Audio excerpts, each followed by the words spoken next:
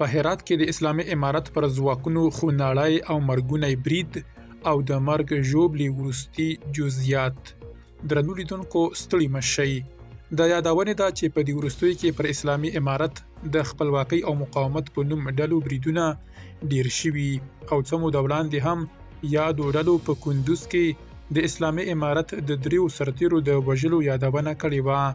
دا په داسې مهال کې ده چې شاوخوا یوه میاشت وړاندې د ملګرو ملتونو مرستندویه ادارې یا یوناما په یو راپور کې لیکلي وو چې په افغانستان کې د خپلواکۍ او مقاومت ډلو په خپلو بریدونو کې ولسي وګړو ته مرګ ژوبله اړولې ده.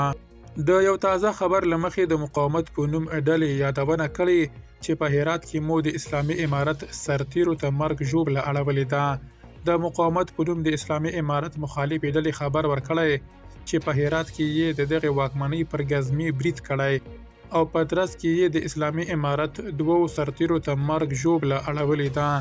نوموړې ډلې د جمعې پر ورځ د سلواغې پر 25مه د خپل ایکس له لارې په یوه خبرپاڼه کې لیکلي پر اسلامي امارت دا برید د هرات د ګوزرې ولسوالۍ اړوند په پښتون زرغون سیمه کې شوی چې په ترڅ کې یې د اسلامي امارت یو سرتیری وژل شوی او یو بل ټپي دی.